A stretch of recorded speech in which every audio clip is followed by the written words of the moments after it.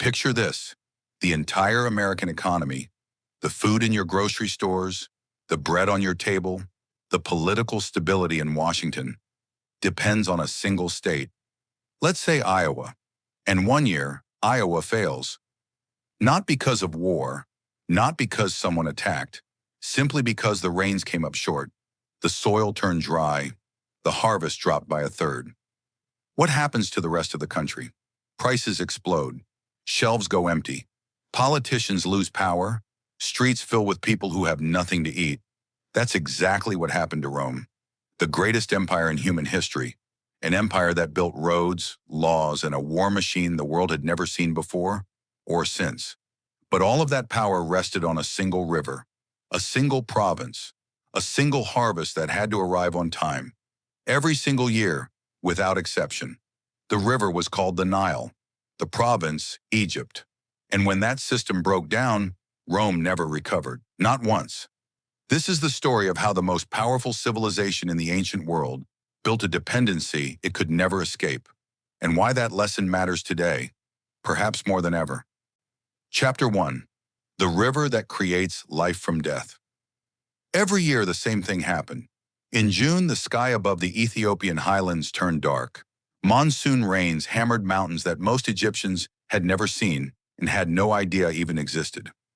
Water rushed down the slopes, gathered into streams, streams merged into rivers, and those rivers carried everything toward the one place they were always destined to reach, the Nile. The river began to rise, slowly at first, almost imperceptibly, then faster. By July, the banks couldn't hold it anymore. Water spilled across the fields, covered the earth in a reddish slick, and stayed there for months. The Egyptians called this time Akhet, the season of the flood. They didn't fear the flood. They waited for it. What the Nile left behind when it retreated in October was unlike anything else in the known world. A thin layer of silt, dark, rich, loaded with minerals that had been washing down from the Ethiopian mountains for thousands of years.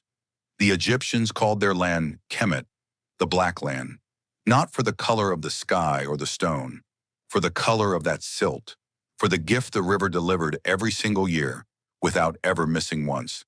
Beyond the river valley, the desert began.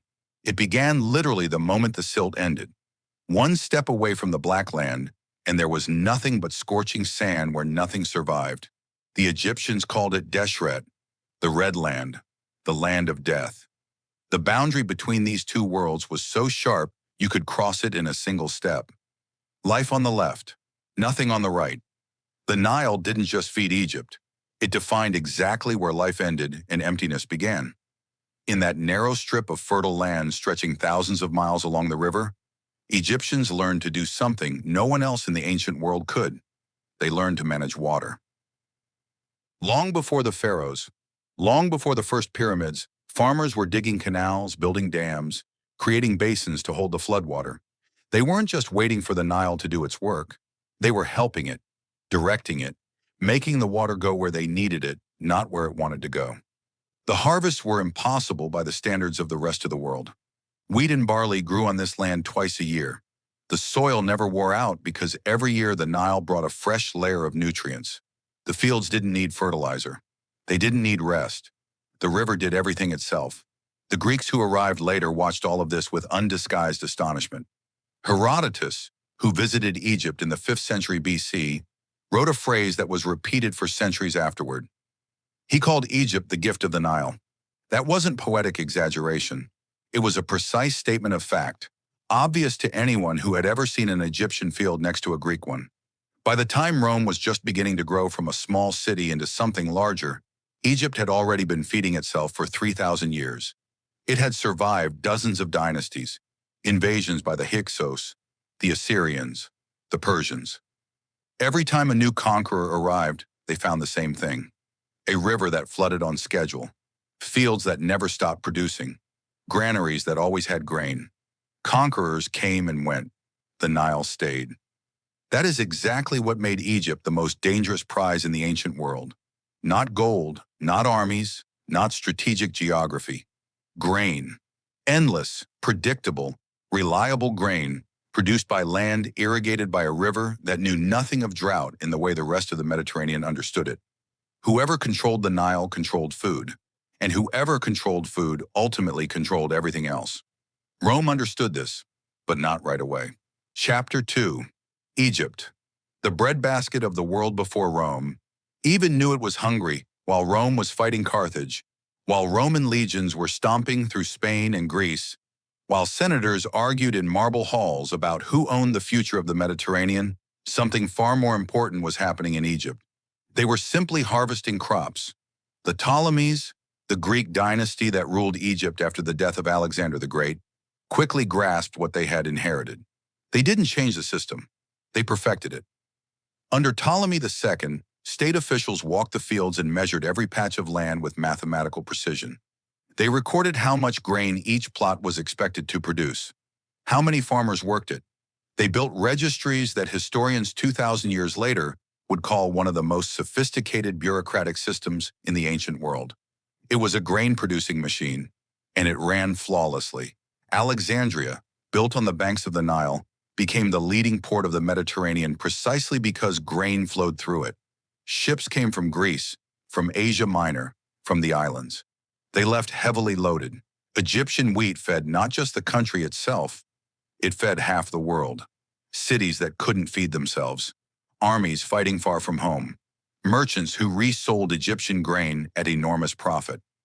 Rome was growing fast, uncontrollably, the way only cities grow when money and power pour into them. By the 1st century BC, Rome's population had crossed 1 million people. 1 million people in one city, that's a food supply disaster waiting to happen. They all needed to eat every single day. Sicily provided grain, North Africa provided grain, Sardinia provided grain, but it was never enough. Never. Hunger riots in Rome were routine. Politicians knew it. Let the grain price spike, and the crowd hits the streets. Let the grain ships run a month late, and the city slides into what Roman writers carefully called unrest. What they actually meant was buildings on fire and people dead. Control over grain was control over Rome itself, and everyone in Rome knew exactly where the best, cheapest, and most reliable grain in the world came from Egypt. When Caesar landed in Alexandria in 48 BC and saw what was happening along the banks of the Nile, he wasn't surprised. He was staggered by the scale. The Nile silt alone could feed an army capable of conquering the world, and Caesar, a man who thought in exactly those terms, recognized it immediately. But taking Egypt by force was impossible, not because it had a powerful army, but because seizing Egypt meant going to war simultaneously with everyone who depended on Egyptian grain, and practically everyone did. Rome had to wait for the right moment. Wait until Egypt was weak enough to be taken without a bloodbath. The wait wouldn't be long. Chapter 3. The Province of Egypt. How the greatest kingdom became the empire's warehouse. In 30 BC, Cleopatra VII, the last queen of the Ptolemaic dynasty, died. A snake's bite, poison, the exact circumstances of her death historians still debate to this day. But the result was unambiguous. 3,000 years of Egyptian independence ended in a single day. The following morning, Octavian Augustus rode into Alexandria as a conqueror. Egypt was no longer a kingdom. It had become a province, but a province unlike any other in the empire. Augustus did something unprecedented. He banned Roman senators and senior military commanders from visiting Egypt without his personal permission, even from getting near it. This wasn't eccentricity or paranoia. It was cold political logic. Whoever controls Egypt controls grain. Whoever controls grain holds Rome in their hands. Augustus had no intention of letting anyone but himself hold Rome in their hands. The system built by the Ptolemies was not destroyed. It was absorbed. Rome took a ready-made machine and plugged it into its own mechanism. The same canals, the same irrigation systems, the same officials counting the harvest. Only now the grain wasn't going to Alexandrian warehouses. It was loaded directly onto Roman ships. The scale was staggering. Every year, roughly 20 million modi of grain shipped from Egypt to Rome. That's approximately 140,000 tons. Every year, without interruption, enough to feed a third of Rome's population for an entire year. A third of a million-person city lived entirely on what the Nile flooded in Ethiopia. Rome created an entire fleet to protect this flow. The Classis Alexandrina, the Alexandrian fleet, was based in Egyptian waters specifically to ensure the grain ships reached their destination. Pirates, storms, any accidents along the route were treated as a state problem. A delay in grain reaching Rome was not a logistical hiccup, it was a political crisis. Egypt knew its own value, and that made it dangerous. Chapter 4. The grain fleets that held Rome in submission. Every spring, as soon as the winds over the Mediterranean shifted in the right direction, a fleet sailed out of the port of Alexandria. Hundreds of ships, heavy, wide-hulled, loaded with grain right up to the gunwales. They were called frumentaria naves, grain vessels. They weren't the fastest ships on the sea, but they were the most important. The route took 2 to 3 weeks depending on the wind. Ships hugged the coastline, rounded Crete, crossed the Ionian Sea and arrived at Puteoli, the main port city of Italy. Later, when Emperor Claudius built a new harbor at the mouth of the Tiber, the fleet began docking at Ostia, right at the gates of Rome. Unloading the fleet was an event of national importance. Thousands of workers, hundreds of mules, the unrelenting crash of grain sacks carried from decks to warehouses. The warehouses at Ostia were grand structures, multi-story, thick-walled, maintaining the right temperature. Some held enough grain to feed the city for months. Politicians quickly grasped the power that came with controlling this flow. Already in 123 BC, Gaius Gracchus passed a law under which the state sold grain to citizens at a fixed, below-market price. This was a political weapon. Whoever controlled the price of bread controlled the mood of the crowd. Whoever knew how to give bread knew how to run the city. Later, Julius Caesar, and after him Augustus, made the distributions even more generous. Bread and circuses. Rome didn't invent that formula. Rome just perfected it, and half of that formula rested entirely on Egyptian grain. When chaos erupted in 68 AD following Nero's death, and several military commanders simultaneously declared themselves emperor, Vespasian, commanding an army in the east, made his first move not on the battlefield. He seized control of Egypt. He cut off the grain flow to Rome. The city felt it immediately. His rivals for the throne found themselves with power, but no bread for the people. Vespasian became emperor. Egyptian grain decided the outcome of the struggle for power over the entire empire. Not armies. Grain. Chapter 5. When the Nile stopped flooding. Rome began to die. The Nile was reliable, but not absolutely. The Egyptians knew floods varied. A flood too weak, and there wasn't enough black soil. The crops withered on barren ground. A flood too strong, and the water demolished the dams, drowned the crops, killed the livestock. The ideal flood fell between these extremes. The Egyptians even built special structures, nilometers, to measure the water level and understand in advance what kind of harvest that year would bring. A bad year on the Nile was a catastrophe for Egypt. For Rome, it was a political crisis of global proportions. The climate began to change. Scientists who studied tree rings and Antarctic ice cores reconstructed the weather patterns across the Mediterranean during that period. The picture was grim. Starting around 250 AD, the entire stretch from Egypt to the Rhine was getting colder. Rains fell less often. The Nile's floods grew weaker. Less flood, less silt. Less silt, smaller harvest. Smaller harvest, less grain in Alexandria. Less grain in Alexandria, fewer ships in Ostia. Fewer ships in Ostia, hunger riots in Rome. The chain was short and merciless. At the same time, a plague struck Egypt. In 249 AD, the plague of Cyprian erupted, a disease killing 5,000 people a day in Rome alone. In Egypt, the death toll was no less. There was no one to dig the canals, no one to maintain the irrigation systems, no one to bring in the harvest. Fields that had produced 2 crops a year for millennia began to go wild. The empire began cracking at every seam simultaneously. Barbarians pressed from the north, Persians from the east. Armies demanded money. Money ran short. Taxes rose. Farmers abandoned their fields and fled to the cities. The cities had nothing to feed their new arrivals. This vicious cycle spun faster and faster, and at the center of the chaos stood a weakening Nile. The river hadn't stopped flooding. It simply flooded a little less. That was enough. In 410 AD, Alaric's Visigoths entered Rome. For the first time in 800 years, enemy troops stood on the city streets. This was not just a military defeat, it was a symbol.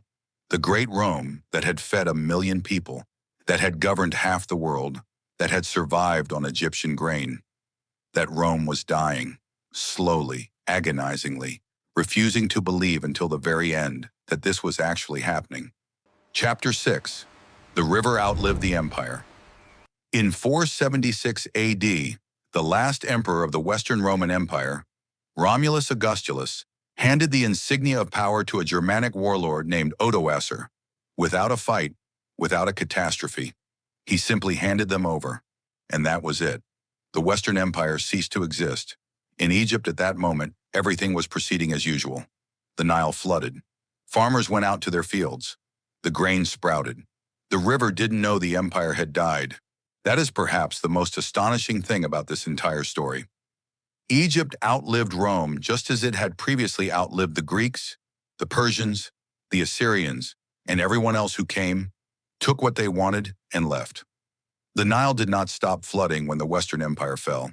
It kept doing what it had done for 3,000 years before, and it keeps doing it now. Today, American historians and political scientists speak about Rome more and more in exactly this context, not as abstract ancient history, as a warning. The United States today imports critically important goods from a limited number of sources. Semiconductors, primarily from Taiwan. Rare earth metals, from China. Pharmaceuticals, from a handful of Asian countries. One disruption at one point, and the chain snaps. Rome thought it controlled Egypt. It appointed officials there, kept a fleet there, punished grain speculators. But controlling a province and controlling a river are two completely different things. The Nile lived by its own laws, and when the climate shifted, no Roman prefect could make the water rise to the right level. Civilizations don't collapse overnight. They collapse slowly, through dependencies that looked like strength until they turned out to be weakness. Rome built the greatest empire of the ancient world, but the foundation of that greatness lay 3,000 miles from its capital. On the banks of a river it never truly controlled. The river flowed before Rome. The river flowed during Rome. The river flows after Rome. The question is not whether the river survives. The question is whether the next empire will learn the lesson Rome never had time to understand. If you enjoyed this video, please like and subscribe. As always, see you in the past.